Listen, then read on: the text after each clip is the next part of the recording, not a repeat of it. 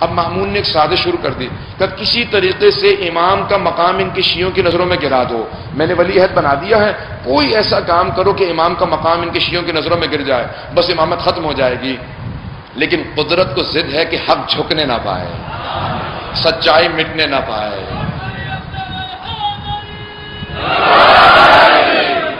تو بس بھئی اللہ سبحانہ و تعالیٰ کا ایک اپنا نظام ہے۔ اللہ سبحانہ و تعالیٰ قرآن میں کہتا ہے کہ وَمَكَرُوا وَمَكَرَ اللَّهُ وَاللَّهُ خَيْرُ الْمَاكِرِينَ، وہ اپنے مکر و فریب کرتے رہتے لیکن اللہ کا اپنا منصوبہ ہے۔ اللہ کہتا ہے کہ بہترین منصوبہ اللہ ہی کا ہوا کرتا ہے۔ جب سید الشہداء سے ایک جملہ کہا تھا نا جناب عبداللہ ابن عباس نے، کہا کہ مولا کربلا عراق مت جائیے، آپ کو یزید مار دے گا۔ مولا نے کہا میں جانتا ہوں، میں کربلا شہادت کے لیے جا رہا ہوں۔ کہا آپ جانتے ہیں آپ شہادت کے لیے جا رہے ہیں؟ مولا نے کہا ہاں، تو مجھے بتائے گا؟ میں جانتا ہوں میں شہادت کے لیے جا رہا ہوں۔ کہا پھر مولا مجھے سمجھ میں نہیں آ رہا کہ اگر آپ شہادت کے لیے جا رہے ہیں تو بہنوں کو ساتھ کیوں لے جا رہے ہیں؟ مولا نے کہا جب میرا خون بہے گا نا تو میرے نانا کا دین بچ جائے گا اور میرے خون کو بچانے والی میری بہنیں ہوں گی۔ تو کہا مولا یہ کیسے ہو سکتا ہے؟ کہا چاروں طرف سے گھیر کے یزید مجھے مار دے گا، وہ سمجھے گا میں نے ختم کر دیا۔ لیکن امام حسین نے ایک جملہ کہا کہ ان اللہ یؤید دینہ برجل فاسق، خدا بعض اوقات ایک فاسق آدمی سے بھی اپنے دین کی تائید لے لیتا ہے۔ یزید یہ سمجھے گا میں نے حسین کو گھیر کے مار دیا، حسین مر گئے، لیکن یاد رکھو میری شہادت ہی میں میری بقا ہے۔ وہ سمجھے گا حسین ختم ہو گئے، یاد رکھو میں کبھی ختم ہونے والا ہی نہیں ہوں۔ تو بس بھی سید الشہداء نے جملہ کہا۔ اب یاد رکھیے گا بعض اوقات ایک فاسق فاجر ہوتا ہے، وہ سمجھتا ہے کہ میں ختم کر دوں گا، لیکن اللہ اسی سے دین کی تائید لے لیتا ہے، اللہ اسی سے انڈورسمنٹ لیتا ہے۔ تو اب امام رضا علیہ السلام کو نیچا دکھانے کی کوششیں شروع ہو چکی تھی۔ مامون کہتا تھا میں امام کو کسی طریقے سے کہہ دوں گا یہ میرے ولی عہد ہیں، مختلف طریقے سے سازشیں کر رہا تھا۔ توجہ ہے لوگ میرے ساتھ؟ تو اب بہت بڑی سازش کر رہا تھا۔ اس نے کہا کیا کریں؟ تو لوگوں نے کہا بھی 2 سال سے قحط پڑا ہوا ہے، قحط سمجھتے ہیں نا سب لوگ، بارش نہیں ہو رہی، ڈراؤٹ ہے، فصلیں اجڑ گئی ہیں، چشموں میں پانی ختم ہو گیا، کہیں پانی نہیں، سبزہ ختم ہو رہا ہے، 3 سال جا رہا ہے، سوکھا ہے، بالکل قحط پڑا ہوا ہے۔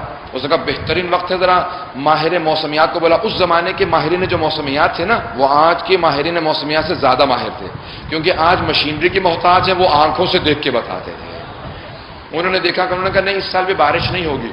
مامون نے کہا پھر یقین کر لو، کہ ہم بتا رہے ہیں اس سال بارش نہیں ہوگی، یہ سوکھے کا سال ہے، دور دور آثار نہیں ہے، اس سال بھی قحط رہے گا۔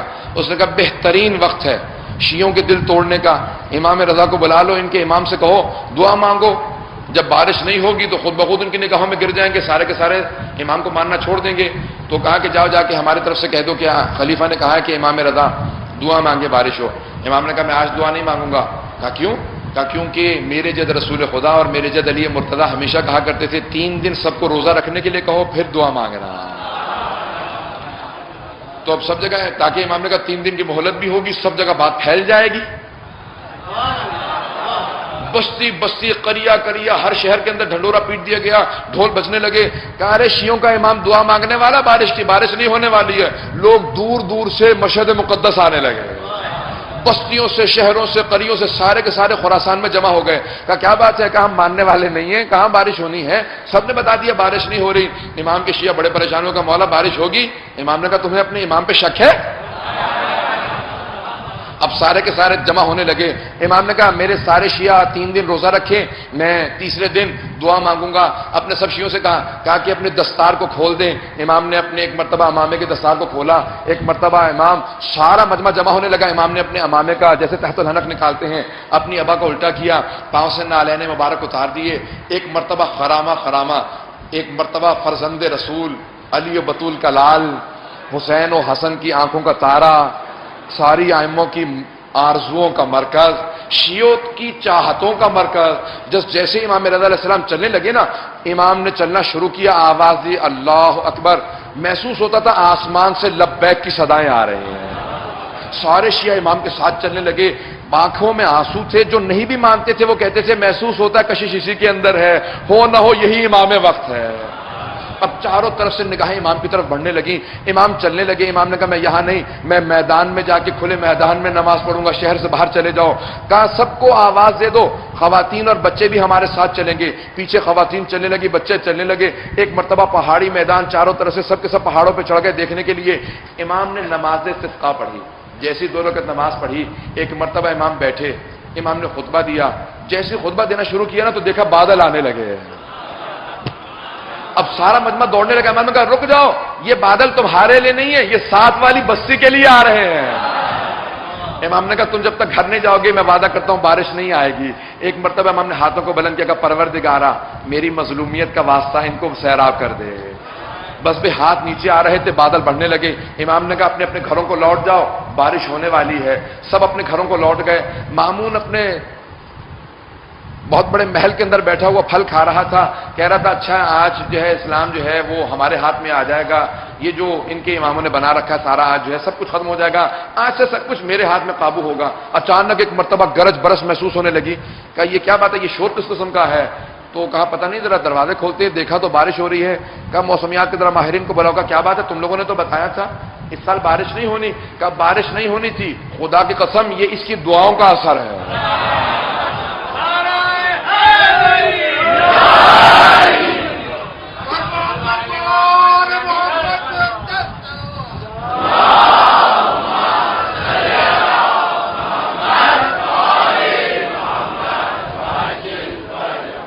جب مجمع نے جب ہارون مامون نے یہ سنا نا کہ یہ ان کی دعاؤں کا اثر ہے، کہ خبردار یہ مجھے تو بتا دیا، مجمع کو مت بتانا، تم اپنے اپنے گھر چلے جاؤ، بس اب بارش ہو گئی ٹھیک ہے، آئندہ کچھ اور منصوبہ سوچتے ہیں۔ یہ جیسے دعا مانگتے ہیں، جو لوگ نہیں مانتے تھے وہ امام کے عاشق ہو گئے۔